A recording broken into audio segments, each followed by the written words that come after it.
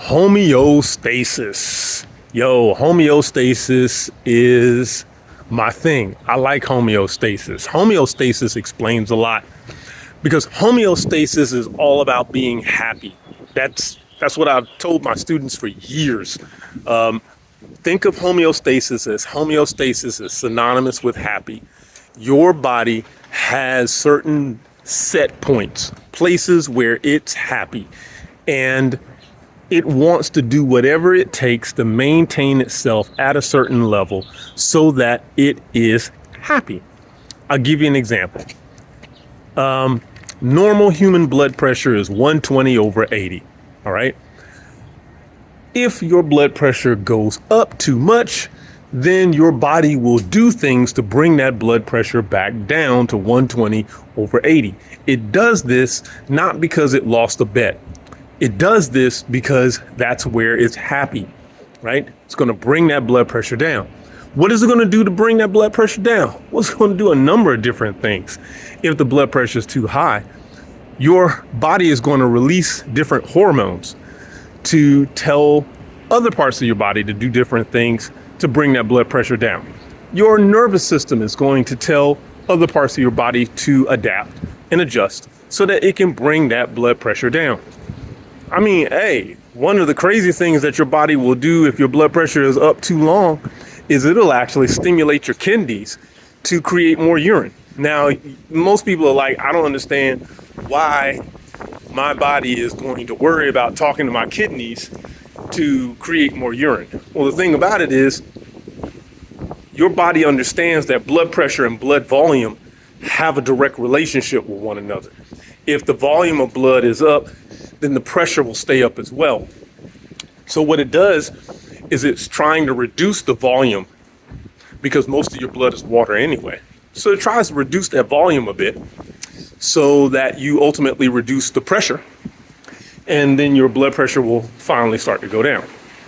There are so many chemicals involved in bringing your blood pressure down that they make entire charts in textbooks just to explain how much stuff is going on when your blood pressure is up too high, because your body wants to be happy. Okay, that's what homeostasis is about. It's about getting all of the systems of your body to feel normal again. And it just depends on what the particular set point happens to be. What is the thing that's off to your body?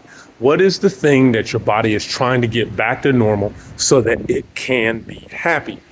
Now, if you're studying anatomy and physiology, then you find out that with homeostasis, they like to talk about negative feedback and positive feedback. So check this out.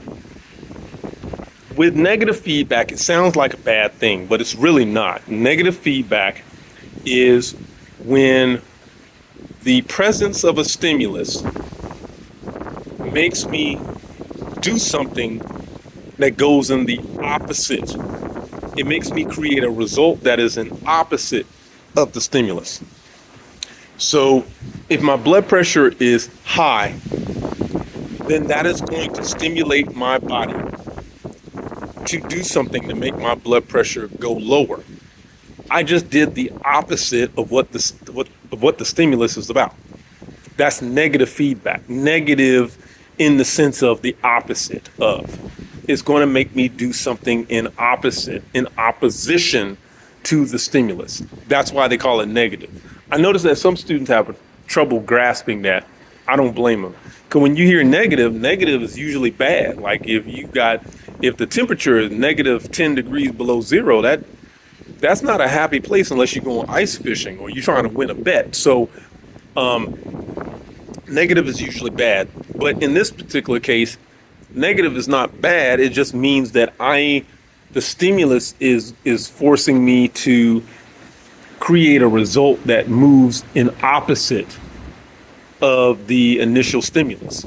If I'm outside and it's hot, like right now today, it's strangely cool outside because there's some type of cold front that came through here, and so it dropped the temperature, and it's nice and warm, sunny day, but there's lots of cool wind. If it was hot out here, and I started sweating. I was sweating because my body said it was hot. It was hotter than the 98.6 degrees Fahrenheit that's normal. My body didn't want to be that hot, and so therefore that stimulus of increased body temperature caused my body to stimulate my sweat glands to release sweat to bring my body temperature down, because the heat outside was making my body temperature go up. So negative feedback, I automatically do something to bring it down. That's negative feedback. Positive feedback is when the stimulus causes me to create a result that goes in the same direction. It creates results that go in the same direction of what the stimulus was causing. That's positive feedback. So an example that they commonly use in textbooks is a blood clot. When you start to make a blood clot, right? And then you release more and more chemicals to continue to speed up the process of making the blood clot. You want to keep the process going until ultimately you have formed a complete blood clot and stopped the bleeding. That's positive feedback.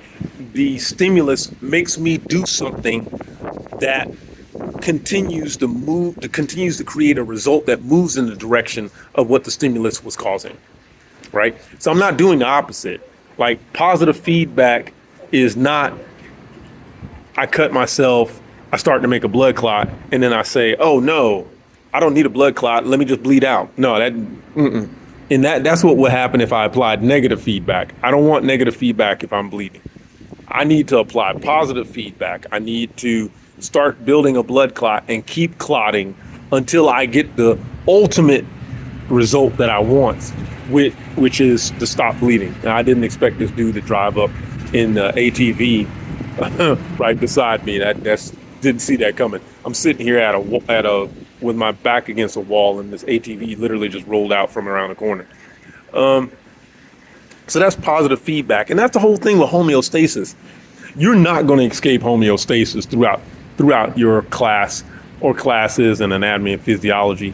A lot of times people are like, man, I'm confused with negative and positive feedback. I don't know when they're supposed to happen. They're very confusing, which is understandable. They were very confusing to me when I first learned them.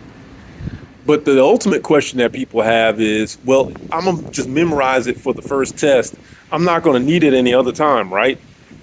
Wrong. You're going to be talking about positive and negative feedback throughout the duration of anatomy and physiology, because that's how your body tends to respond to stimuli. Something happens to it, and it has to figure out how to get back to its happy place, how to get back to normal, how to get back to homeostasis, how to make things happy. So it will respond in some shape, form, or fashion to get things back to a certain point. So here's some tips about homeostasis and understanding it and knowing whether it's negative or positive. First thing first, a homeostatic mechanism, like the way that homeostasis works, has some very basic pieces to it. It's got a receptor, it's got a control center, it's got an effector, and it all started with a stimulus, okay? So keep this in mind. First and foremost, there was a stimulus.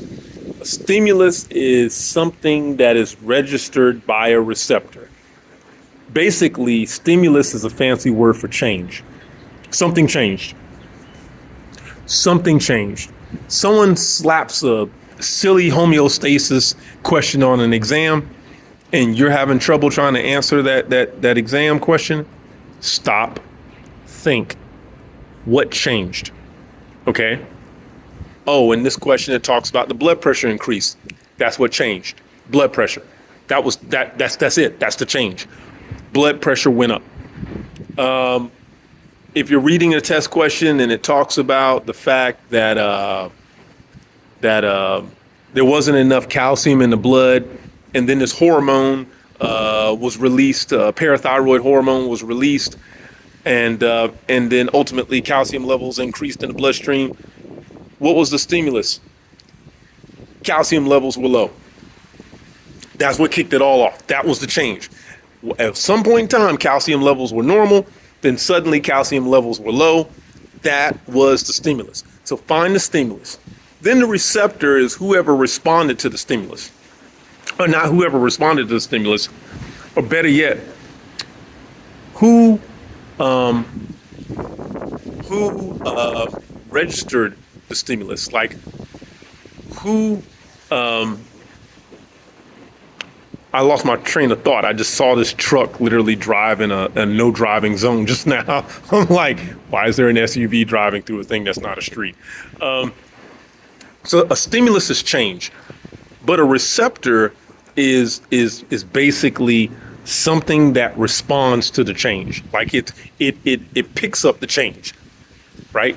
A receptor is like a motion detector. It responded to a stimulus, which was motion, right?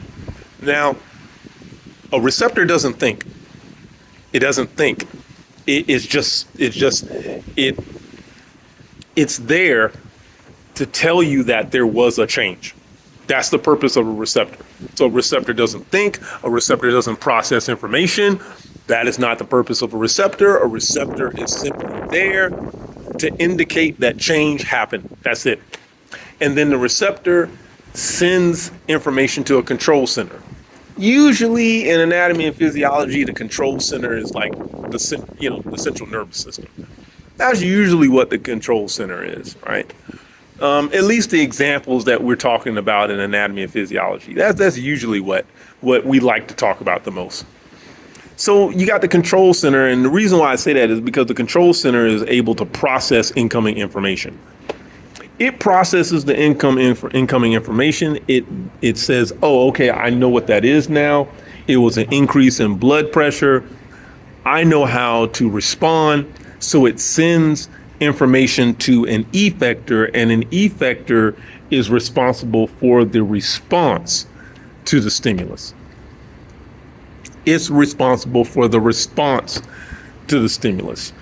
So if I got hot sitting out here, the stimulus would be my body temperature increased with the increase of the temperature outside.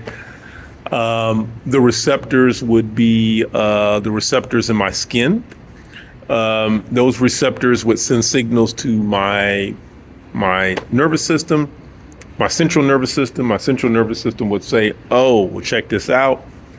The body is obviously hotter than what we prefer. So let's send signals out to our effectors.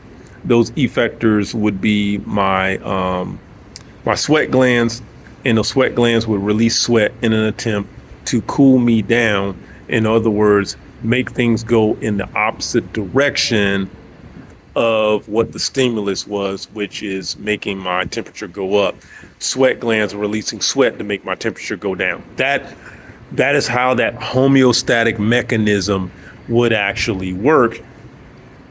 And so if you got all those guys together, you can pretty much work out what a system is. If you got a teacher, including me, if I'm explaining something to you and I don't tell you what the effector was, what the receptor was, what the control center was, just hit me up. Just put a message in the bottom and just say, hey, I didn't catch what the effector was in this particular situation, or what the receptor was in this particular situation, because that's kind of important to know.